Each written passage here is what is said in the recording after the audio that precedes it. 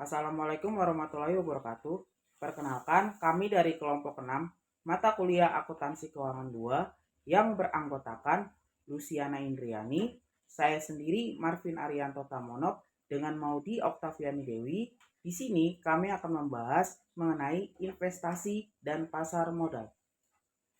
Sebelum melanjutkan pembahasan materi mengenai investasi dan pasar modal, kami dari kelompok 6 mengucapkan terima kasih kepada dosen pengampu mata kuliah Akuntansi Keuangan 2, Ibu Kusnul Kukuli, SEMAK, yang telah memberikan motivasi dan dorongan untuk membuat video ini. Semoga apa yang disampaikan dalam video ini dapat bermanfaat bagi kita semua. Baik, kita masuk ke dalam pembahasan materi. Materi pertama yang akan saya bahas adalah investasi. Apa sih itu investasi?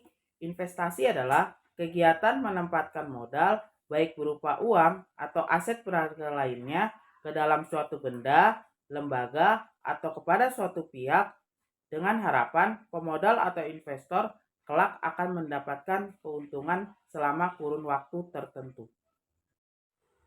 Berdasarkan pemaparan pengertian investasi yang tadi saya bacakan, dapat disimpulkan bahwa investasi adalah kegiatan menanamkan modal dengan harapan investor akan mendapatkan keuntungan di masa yang akan datang. Next, kita masuk ke dalam pembahasan berikutnya, yaitu mengapa investasi diperlukan. Yang pertama adalah meningkatkan kekayaan, di mana ketika kita berinvestasi hari ini, itu sama saja meningkatkan kekayaan kita hari ini dan mempersiapkan kekayaan kita di masa yang akan datang. Yang kedua, investasi diperlukan untuk mengantisipasi inflasi. Seperti yang kita tahu bahwa harga barang semakin hari semakin meningkat. Oleh karena itu, kita harus berinvestasi untuk dapat cadangan dana supaya kita dapat melawan laju inflasi. Yang ketiga adalah kebutuhan dana darurat, yaitu dana yang besar dan mendadak, seperti biaya pengobatan, biaya pendidikan. Dengan adanya investasi, kita ada dana cadangan atau dana simpanan untuk membiayai kebutuhan dana darurat tersebut. Yang keempat adalah kebebasan finansial, di mana keadaan ini adalah individu sudah mapan dari segi finansial. Oleh karena itu, kalau kita mau mapan dalam segi finansial, kita harus berinvestasi dari sejak dini. Keempat adalah kebebasan finansial, di mana keadaan ini adalah individu sudah mapan dari segi finansial. Oleh karena itu, kalau kita mau mapan dalam segi finansial, kita harus berinvestasi dari sejak dini. Untuk materi selanjutnya yaitu jenis-jenis investasi. Yang pertama itu saham. Saham adalah instrumen keuangan yang mewakili kepemilikan atau bagian kepemilikan dalam suatu perusahaan. Keuntungannya yaitu berasal dari kenaikan harga saham atau capital gain dan pembagian dividen oleh perusahaan. Yang kedua itu obligasi. Obligasi adalah surat utang yang dikeluarkan oleh pemerintah, perusahaan, atau lembaga keuangan. Obligasi juga memberikan pengembalian tetap dan biasanya dianggap sebagai investasi yang lebih stabil dibandingkan dengan saham. Dan yang ketiga itu reksadana. Reksadana adalah wadah yang mengumpulkan dana dari berbagai investor untuk diinvestasikan dalam portofolio saham, obligasi, atau aset lainnya. Yang keempat itu properti. Investasi properti melibatkan membeli atau memiliki aset properti seperti rumah, apartemen, atau gedung komersial dengan tujuan memperoleh keuntungan dari peningkatan nilai properti atau pendapatan sewa. Dan untuk yang kelima itu komoditas. Investasi komoditas melibatkan membeli atau menjual kontrak berjangka atau opsi atas komoditas tertentu seperti minyak, gas, emas, perak, atau biji besi. Yang keenam itu mata uang. Investasi mata uang melibatkan membeli atau menjual mata uang asing dengan harapan mendapatkan keuntungan dari perbedaan nilai tukar. Investor dapat berpartisipasi dalam perdagangan valuta asing atau forex atau melalui dana falas. Untuk jenis yang ketujuh itu ada investasi berwawasan lingkungan. Investasi berwawasan lingkungan atau Socially Responsible Investment atau SRI adalah investasi yang mempertimbangkan faktor sosial dan lingkungan dalam pengambilan keputusan investasi. Dan jenis yang terakhir itu ada peer-to-peer lending atau P2P. Lending adalah investasi di mana individu atau bisnis meminjamkan uang kepada peminjam melalui platform online tanpa melibatkan lembaga keuangan tradisional. Materi selanjutnya yaitu adalah risiko dan pengembalian investasi. Yang pertama, risiko investasi, yaitu kemungkinan terjadinya kerugian atau ketidakpastian hasil investasi.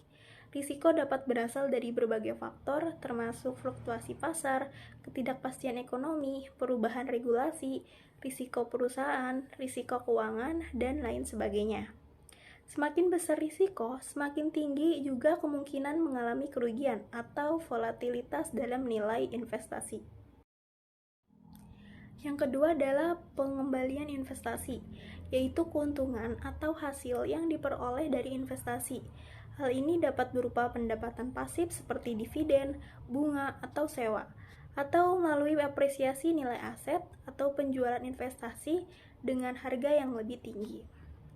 Tingkat pengembalian investasi bervariasi tergantung pada jenis aset atau instrumen investasi yang dipilih, kondisi pasar, kinerja perusahaan, dan faktor-faktor lainnya. Selanjutnya adalah apa itu pasar modal? Secara umum, pengertian pasar modal adalah suatu sistem keuangan yang terorganisasi, termasuk di dalamnya adalah bank-bank komersial dan semua lembaga perantara di bidang keuangan serta keseluruhan surat-surat berharga yang beredar. Kegiatan utama dari pasar modal atau capital market adalah tempat di mana terdapat kegiatan pasar untuk berbagai instrumen keuangan jangka panjang yang bisa diperjualbelikan, baik dalam utang, ekuitas atau saham, instrumen derivatif, maupun instrumen lainnya. Berikutnya ada jenis-jenis pasar modal. Berdasarkan fungsinya, terdapat 4 jenis pasar modal menurut Sunaria tahun 2010. Di antaranya yaitu pasar perdana atau primary market. Pasar perdana adalah penawaran saham dari perusahaan yang menerbitkan saham atau emiten kepada pemodal selama waktu yang ditetapkan oleh pihak sebelum saham tersebut dipasarkan di pasar sekunder. Dan selanjutnya ada pasar sekunder, yaitu secondary market. Pasar sekunder didefinisikan sebagai perdagangan saham setelah melewati masa penawaran pada pasar perdana. Selanjutnya ada pasar ketiga atau third market, yaitu tempat perdagangan saham atau sekuritas lain di luar bursa atau over the counter market. Dan yang terakhir ada pasar keempat atau fourth market. Pasar keempat merupakan bentuk perdagangan efek antara pemodal dengan kata lain pengalihan saham dari satu pemegang saham ke pemegang lainnya tanpa melalui perantara perdagangan efek. Baik, materi selanjutnya merupakan produk-produk pasar modal. Yang pertama ada reksadana, yaitu sertifikat yang menjelaskan bahwa pemiliknya menitipkan uang kepada pengelola reksadana atau manajer investasi untuk digunakan sebagai modal berinvestasi. Yang kedua ada obligasi, yaitu surat berharga atau sertifikat yang berisi kontrak antara pembeli pinjaman dengan penerima pinjaman. Yang ketiga ada sukuk, yaitu efek berbentuk sekuritisasi aset yang memenuhi prinsip-prinsip syariah di pasar modal. Yang keempat ada exchange traded fund atau ETF, adalah reksadana berbentuk kontrak investasi kolektif yang unit penyertaannya diperdagangkan di bursa efek.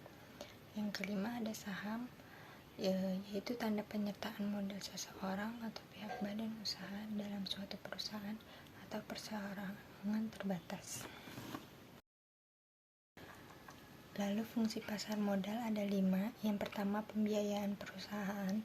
Pasar modal memungkinkan perusahaan untuk memperoleh modal melalui penjualan saham atau penerbitan obligasi. Yang kedua likuiditas, yaitu pasar modal memberikan likuiditas atau kemudahan dalam membeli dan menjual instrumen keuangan. Yang ketiga penentuan harga. Melalui pasar modal, harga instrumen keuangan ditentukan berdasarkan penawaran dan permintaan.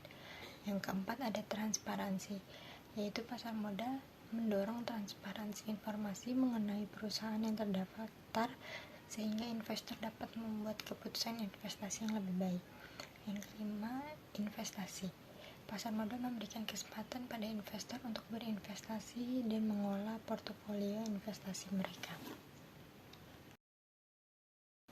Selanjutnya ada manfaat pasar modal, dibagi menjadi 3, manfaat bagi pemerintah, manfaat bagi investor, dan manfaat bagi masyarakat. Manfaat bagi pemerintah diantara lain menciptakan lapangan kerja bagi masyarakat, baik sebagai pelaku pasar maupun investor. Lalu mendorong laju pembangunan perusahaan yang mendapatkan pembiayaan dari pasar modal akan turun melakukan ekspansi sehingga mendorong pembangunan di pusat dan daerah. Manfaat bagi investor yang pertama meningkatkan kekayaan. Hasil investasi di pasar modal dapat meningkatkan kekayaan dalam bentuk kenaikan harga dan pembagian keuntungan.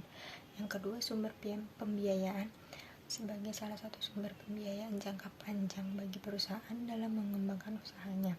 Yang ketiga, penyebaran kepemilikan perusahaan sebagai tempat untuk penyebaran kepemilikan perusahaan kepada masyarakat. Dan manfaat bagi masyarakat yang pertama adalah pasar modal dapat menjadikan manajemen profesional solusi sukses bagi wira swasta atau entrepreneur. Yang kedua, pasar modal bisa menjadi alternatif investasi masyarakat. Lalu, siapa sih pelaku-pelaku yang ada di pasar modal? Mari kita bahas. Yang pertama ada emiten, yaitu perusahaan atau entitas yang menerbitkan instrumen keuangan di pasar modal seperti saham atau obligasi. Yang kedua ada investor, yaitu individu, lembaga atau perusahaan yang membeli dan memiliki instrumen keuangan. Yang ketiga ada intermediari, yaitu perusahaan sekuritas atau bank investasi yang berperan sebagai perantara dalam transaksi pasar modal, seperti perusahaan sekuritas, bank, atau perusahaan manajemen aset. Yang keempat ada otoritas pengawas, yaitu lembaga yang bertanggung jawab mengatur dan mengawasi pasar modal seperti Otoritas Jasa Keuangan (OJK) yang ada di Indonesia. Selanjutnya kita akan membahas struktur pasar modal yang ada di Indonesia. Yang pertama ada Otoritas Jasa Keuangan. OJK di sini tidak hanya mengawasi pinjaman online saja, tapi melaksanakan peraturan dan pengawasan terhadap kegiatan jasa keuangan di sektor pasar modal. Yang kedua ada Bursa Efek Indonesia, yaitu lapak perdagangan baik dalam bentuk produk saham, obligasi, dan reksadana, sehingga BI menjadi media untuk mempertemukan pencari modal dan pemilik modal. Yang ketiga ada Clearing Pinjaman Efek Indonesia atau KPEI. Lembaga clearing dan pinjaman LKP adalah lembaga yang menyelenggarakan jasa clearing dan pinjaman penyelesaian transaksi bursa yang teratur, wajar, dan efisien. Lembaga yang memperoleh izin usaha sebagai LKP adalah KPEI. Yang terakhir ada Custodian Central Efek Indonesia KSEI, yaitu lembaga penyimpanan dan penyelesaian. LPP adalah lembaga yang menyelenggarakan kegiatan kustodian sentral bagi bank kustodian, perusahaan efek, dan pihak lain. Lembaga yang memperoleh izin usaha sebagai LPP adalah KSEI itu tersendiri. Baik, cukup sekian materi dari kelompok kami. Bagaimana? Masih ragu untuk berinvestasi? Ayo belajar untuk berinvestasi mulai dari hari ini, supaya dapat mempersiapkan kekayaan di masa yang akan datang, dapat mengantisipasi inflasi, dan dapat memenuhi kebutuhan dana darurat. Oke, sekian dari kami. Assalamualaikum warahmatullahi wabarakatuh.